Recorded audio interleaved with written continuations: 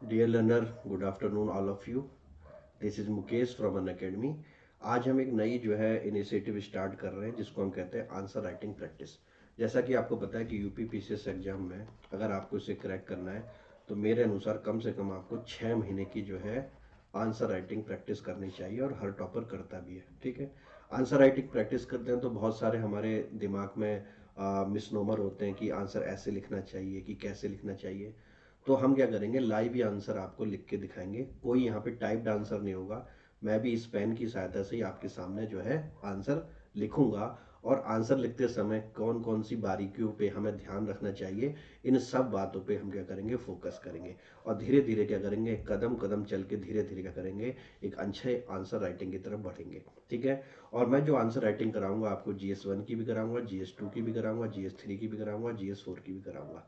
तो मेरा सभी बच्चों से अनुरोध है कि GS1, GS2, GS3 या GS4 का सिलेबस भी याद करके चलें। और जब भी आप यूपी पीसीएस की तैयारी करते हैं तो प्रीलिम्स कम मेंस की तैयारी करें। ऐसा ना करें कि पहले हम प्रीलिम्स करेंगे, प्रीलिम्स क्वालिफाई करने के बाद मेंस करेंगे। आप खुद देख लीजिए, आयोग का कैलेंडर आ चुका है और प्रीलिम्स और मेंस में 4 महीने का उन्होंने क्या है डिफरेंस दिया है। और वैसे भी प्रीलिम्स का रिजल्ट जब घोषित होगा तो ये डिफरेंस और भी कम हो जाएगा। ऐसा तो नहीं कि प्रीलिम्स वाले दिन ही रिजल्ट घोषित हो जाए। ठीक है। तो उस कम पीरियड में 3 महीने या 2.5 महीने में आप कैसे आंसर राइटिंग करोगे, या उस समय कैसे GS1, GS2, GS3, GS4 को ख़त्म करोगे, तो ये बहुत बड़ा चैलेंज है। समझ में आया? क्लियर? इसीलिए मैं आपसे कहता हूँ कि डे 1 से ही आप प्रीलिम्स कम मेंस पढ़ा करें। ठीक है। और एक छोटा सा जब आपको अंदाजा हो जाए कि आपका जो है टॉपिक पे पकड़ आ जाए तो आपको आंसर राइटिंग क्या करनी चाहिए, प्रैक्टिस करनी चाहिए। कोई भी आंसर शुरुआत में परफेक्ट नहीं होता, वो धीरे धीरे परफेक्ट होता है। ठीक है ना? तो इसी के अनुसार मेरे ख्याल से सभी बच्चों को यह क्लास देखनी चाहिए। ठीक है। और हम जो है अपनी क्लास में सीधे अब आगे बढ़ते हैं। ठीक, क्लियर? तो GS पेपर 3 में आज का जो हमने टॉपिक लिया है वो science and tech in daily use से लिया है। और एक हमने क्वेश्चन आपके सामने बनाया है, what is remote sensing. Remote sensing क्या होता है और रिमोट सेंसिंग सैटेलाइट कैसे काम करती है, किस सिद्धांत पे काम करती है, इस पे हम जो है आज आंसर राइटिंग करने वाले हैं। ठीक है। तो सबसे पहले हम समझते हैं कि इस क्वेश्चन की डिमांड क्या है। इस क्वेश्चन की डिमांड है कि सबसे पहले वो कह रहे हैं कि रिमोट सेंसिंग क्या होता है भैया, इसको समझा दीजिए। और उसके बाद सैटेलाइट किस सिद्धांत पर काम करती है उसको समझा दीजिए। तो कुल मिला के यह क्वेश्चन क्या है, एकदम स्ट्रेट फॉरवर्ड है। और सबसे पहले आप ध्यान रखिएगा कि हम क्वेश्चन की डिमांड को पूरी कर रहे हैं कि नहीं कर रहे। अगर हम क्वेश्चन की डिमांड को पूरी कर रहे हैं तो कोई दिक्कत नहीं। यहाँ पे क्वेश्चन की दो ही डिमांड है, एक तो रिमोट सेंसिंग और रिमोट सेंसिंग सैटेलाइट कैसे काम करती है। ठीक है। तो हम शुरुआत करते हैं। तो सबसे पहले रिमोट सेंसिंग क्या होता है इसको हम समझा देते हैं। ठीक है ना? तो रिमोट सेंसिंग क्या होता है? रिमोट सेंसिंग एक तरीके का विज्ञान है जिसमें हम इंफॉर्मेशन को कलेक्ट करते हैं, किसी भी ऑब्जेक्ट की इंफॉर्मेशन की, ठीक है ना, किसी भी एरिया को, और ऊपर सैटेलाइट के माध्यम से इसको देखा जाता है। ठीक है ना? और किसी भी रिमोट सेंसिंग में हमें 3 इसेंशियल चीज़ें की जरूरत पड़ती हैं।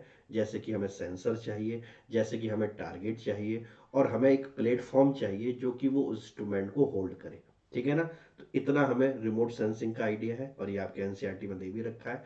तो पहले जो हमें रिमोट सेंसिंग का आइडिया है उसको हम यहाँ पे लिखने की कोशिश करते हैं। ठीक है। तो हम स्टार्ट करते हैं अपना। सिंपल सिंपल शब्द यूज करेंगे, बोलूंगा मैं हिंदी में भी जिससे कि हिंदी मीडियम वालों को भी क्या हो, फायदा हो। ठीक। तो हमें सबसे पहले रिमोट सेंसिंग की परिभाषा से स्टार्ट करना है। तो रिमोट सेंसिंग की परिभाषा क्या हुई?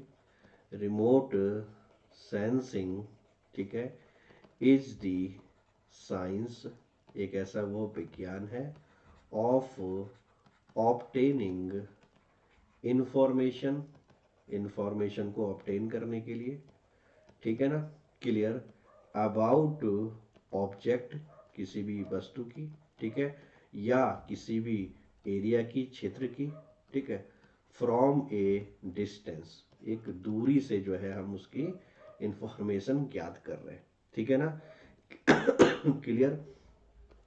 टिपिकली, टिपिकली फ्रॉम एयरक्राफ्ट, ठीक है, क्योंकि आपको पता है एयरक्राफ्ट यानी ऊपर ही सैटेलाइट होगी या सैटेलाइट। ठीक है।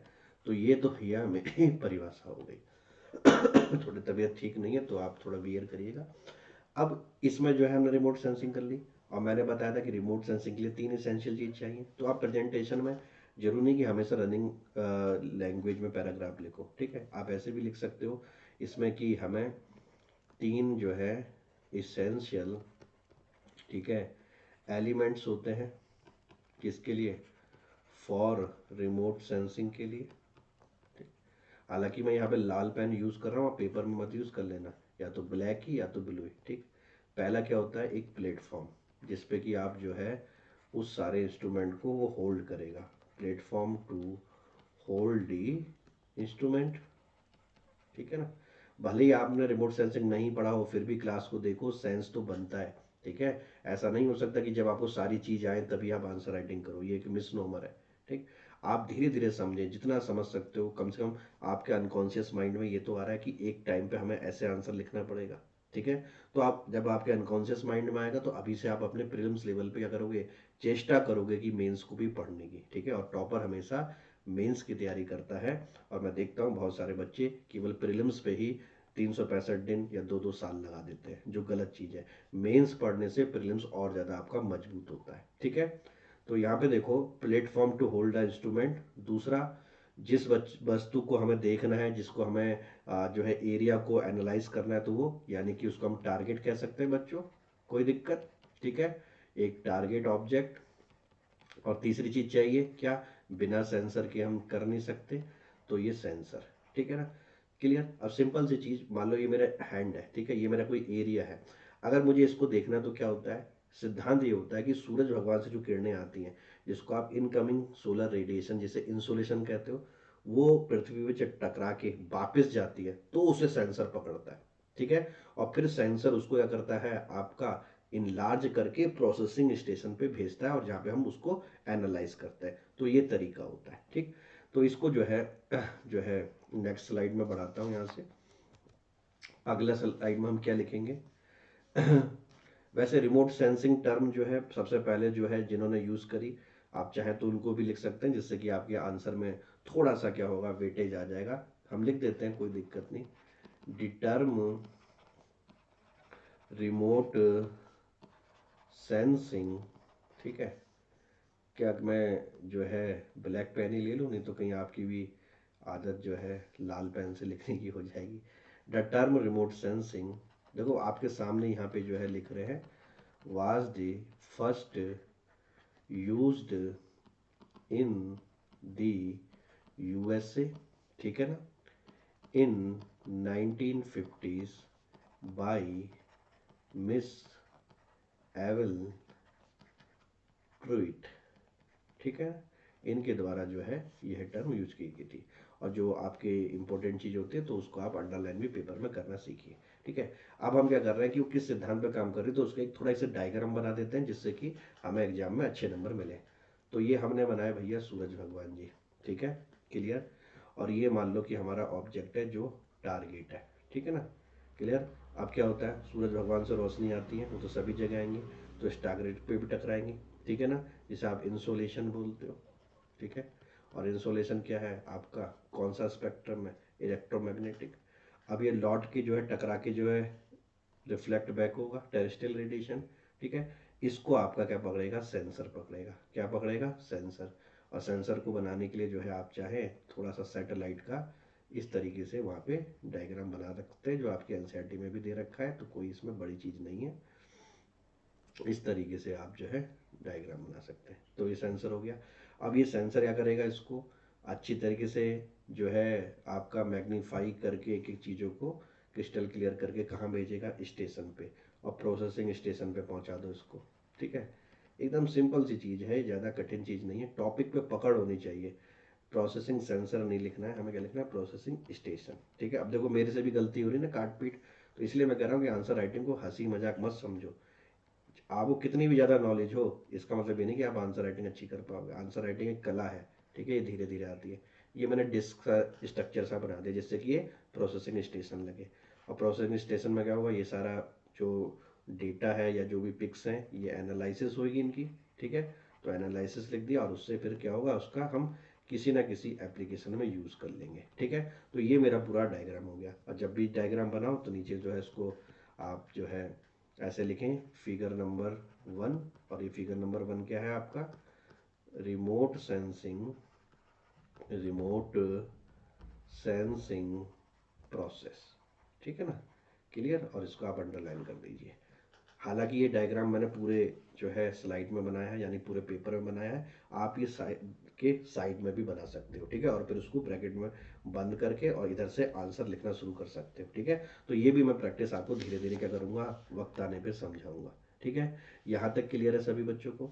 अब जो हमने क्या कर लिया, क्वेश्चन पे आए तो क्वेश्चन क्या था, रिमोट सेंसिंग क्या है, रिमोट सेंसिंग संबंध दी, ठीक है। फिर उसके बाद सैटेलाइट कैसे काम करते हैं। तो यानी कि हमारा एक पार्ट लगभग क्या कंप्लीट हो गया। तो मैं स्लाइड आगे बढ़ाता हूँ, ठीक है। अब हम क्या करते हैं कि थोड़ा सा इस प्रोसेस को लिख देते हैं, क्योंकि हर कोई समझ नहीं सकता। आप ये मत समझे कि एग्जामिनर को समझाएंगे नहीं तो वो नंबर दे देगा ना, आपको उसे समझाना पड़ेगा कैसे, कि सेंसर कैसे काम करता है। तो लिख दो भैया, सेंसर डिटेक्ट करता है कैसे, सोलर रेडिएशन को जो रिफ्लेक्ट बैक होती है, यही बताया मैंने, तो वही लिख दो सेंसर। और एकदम सिंपल सिंपल ताहे तीहे के सेंटेंस बनाओ, डरने की बात नहीं है। सेंसर डिटेक्ट क्या करता है, सेंसर डिटेक्ट करके आपके सोलर रेडिएशन, ठीक है, सोलर रेडिएशन को वो डिटेक्ट करके रिफ्लेक्ट करता है, रिफ्लेक्टेड और स्कैटर्ड, ठीक है, फ्रॉम दी अर्थ, ठीक है, clear. And thus develop images of earth, ठीक है ना। तो ये जो है आपका क्या है, सिद्धांत है। क्या हुआ, स्लाइड आगे बढ़ गई, बैक करें, स्लाइड आगे बढ़ गई या चला गया, एक सेकंड रुकना, प्रीवियस, ठीक है, आ गया। तो ये हो गया, सोलर सेंसर डिटेक्ट करते हैं सोलर रेडिएशन रिफ्लेक्टेड और स्कैटर्ड फ्रॉम द अर्थ, अर्थ से आती है, और इससे क्या होता है, सेंसर पे एक इमेज आ जाती है, वो पिछले वाला डायग्राम टकरा के वापस आना, ठीक है। यहाँ तक क्लियर है, क्लियर। अब जो ये सेंसर है, ये सेंसर क्या है, सैटेलाइट की तरह है, ठीक है ना। तो यानी कि क्या है आपका, सैटेलाइट इक्विप्ड होती है विथ सेंसर, यानी ये सेंसर जो है सैटेलाइट में ही लगा हुआ है, ठीक है। Observing earth or known as known as remote sensing satellite, ठीक है बच्चों, क्लियर। यानी कि जो ये जो हम पढ़ रहे हैं, अगर हमने रिमोट सेंसिंग पढ़ ली, अब ये रिमोट सेंसिंग क्या है, सैटेलाइट पे आ गया तो क्या बन गई, रिमोट सेंसिंग सैटेलाइट बन गई, ठीक है ना, क्लियर। अब रिमोट सेंसिंग सैटेलाइट आ गई तो आप इनको समझा दो कि रिमोट सेंसिंग सैटेलाइट क्या होती है। कॉमन सेंस सोचो, देखो हमें पृथ्वी पे किसी भी एरिया का फोटो लेना है, ठीक है, या किसी भी ऑब्जेक्ट की इमेज लेनी है, तो हम ज़्यादा एल्टीट्यूड पे नहीं जाएंगे, अर्थात हम 700 से 900 किलोमीटर या 1200 किलोमीटर की हाइट से हमें पता चल जाएगा ज़्यादा अच्छी तरीके से। और इसको हम क्या बोलते हैं, लियो या सन सिंक्रोनस ऑर्बिट बोलते हैं, ये मैंने प्रीलिम्स से पढ़ा है। यानी कि इस समय पता चलता है कि रिमोट सेंसिंग सैटेलाइट को हम कहाँ पे लॉन्च करते हैं, आपके सन सिंक्रोनस ऑर्बिट में, या लो अर्थ जो है LEO में, ठीक है ना। क्या ये बात समझ में आई, लो अर्थ ऑर्बिट में, सबको समझ में आ गई। जबकि अगर यही कम्युनिकेशन सैटेलाइट होती तो इसको हमें कहाँ भेजना होता, 36,000 किलोमीटर ऊपर, यानी कि जियो स्टेशनरी में, ठीक है। तो लिखो भैया कि ये कहाँ होती है, रिमोट, अच्छा रिमोट सेंसिंग सैटेलाइट को चलो पूरा ही लिख देते हैं, नहीं तो आपको भी शॉर्ट फॉर्म में RSS लिखने की आदत हो जाएगी। अब पेपर में ऐसा न करना, रिमोट सेंसिंग सैटेलाइट। और हम बहुत सारे क्वेश्चन बनाएंगे, डरने की बात नहीं। और कुछ क्लास ऐसे भी करेंगे, आप भी लाइव क्वेश्चन दो तो यहीं पे लाइव बनाया जाएगा, सब कुछ है इस दिमाग में, GS1 GS2 GS3 GS4, ठीक है। तो रिमोट सेंसिंग सैटेलाइट क्या है, आर प्लेस्ड इन, ठीक है, चाहे आप लियो लिख लो, ठीक है, या आप इसको पोलार सन सिंक्रोनस ऑर्बिट लिख लो, बात एक ही है, ठीक है ना, क्लियर। और ये किस एल्टीट्यूड पे होता है, कहीं किताबों में फिर से स्लाइड बढ़ गई, 1200 लिखा रहता है, कहीं 700 लिखा रहता है, कहीं 900 लिखा रहता है, तो कोई दिक्कत नहीं, आप 700 से 900 लिख दो। Remote sensing satellite is place in the LEO और polar sun synchronous orbit at altitude, किस एल्टीट्यूड मतलब हाइट ऊंचाई, ठीक है, ऑफ चाहे आप 700 से 900 लिख दो या 700 से 1200 लिख दो, कोई दिक्कत की बात नहीं है, ठीक है। रट्टाफिकेशन नहीं करना, सेंस को समझना है, ठीक है। तो यहाँ तक हमने क्या समझा दिया कि रिमोट सेंसिंग सैटेलाइट कहाँ पे होती है। अब इसका सिद्धांत क्या है? सिद्धांत वही है कि क्या है, ये इलेक्ट्रोमैग्नेटिक रेडिएशन को क्या कर रही है, रिफ्लेक्ट कर रही है, जो ऑब्जेक्ट के द्वारा उसी को ऑब्जर्व कर रही है। तो उसी को लिख दो, यही एनसीईआरटी में लिखा भी है, ठीक। नेक्स्ट स्लाइड के लिए नेक्स्ट पे गए, चलो। Remote sensing satellite are deployed with sensor which are capable of collecting क्या कलेक्ट कर रही हैं? इलेक्ट्रोमैग्नेटिक रेडिएशन, ठीक है। कैपेबल ऑफ कलेक्टिंग इलेक्ट्रोमैग्नेटिक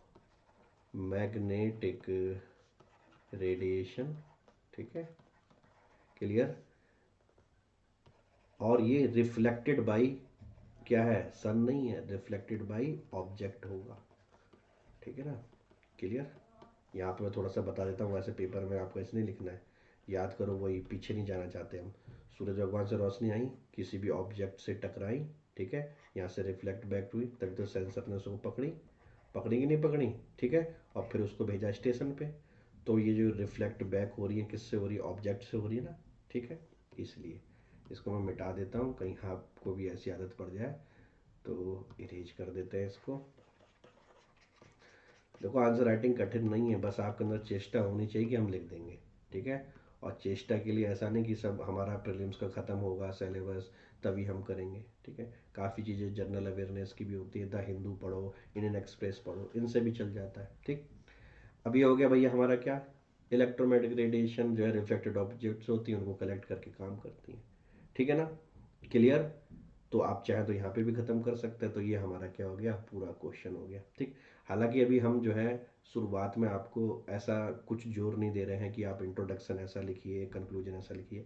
सबसे पहले क्वेश्चन की डिमांड लिखना शुरू करो, और जब आप एक लेवल पे पहुंच जाओगे, ठीक है, और अभी आप अपने आप को शब्दों में भी मत बांधो। बहुत सारे बच्चों के दिमाग में सर 250 शब्द में लिखा जाता है कि 200 में लिखा जाता है कि 120 में लिखा जाता है। अभी आप अपने को एक्सप्रेस करना सीखो, और धीरे धीरे जब आप इन चीज़ों को समझ जाओ, तब आप सोचो कि हम कैसे इंट्रोडक्शन और अच्छा लिख सकते हैं, क्या कैसे हम कंक्लूजन डाल सकते हैं, ठीक है। तो शुरुआत की क्लास के लिए मैंने एकदम स्ट्रेट फॉरवर्ड क्वेश्चन रखा।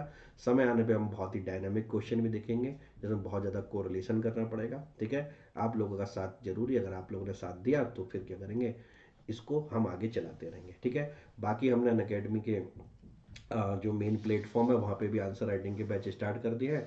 तो और आपको डिटेल में, क्योंकि यूट्यूब में क्या है, एक तरीके से सारी चीज़ें जो है एक साथ जो है एक्सप्लेन करने में फिर वो 1.5-2 घंटे की क्लास हो जाएगी, ठीक है। तो मेरे लिए थोड़ा पॉसिबल नहीं होता। अगर आप चाहें तो प्रॉपर जो है MKS लाइव रेफरल कोड से आ सकते हैं, 10% डिस्काउंट इसमें भी मिलता है, और अभी तो 23% डिस्काउंट की स्कीम चल भी रही है नए साल पे। तो आप आए, मैं लगभग लगभग सारे सब्जेक्ट आपको पढ़ाता हूँ, ये सभी बच्चों को पता है, ठीक है।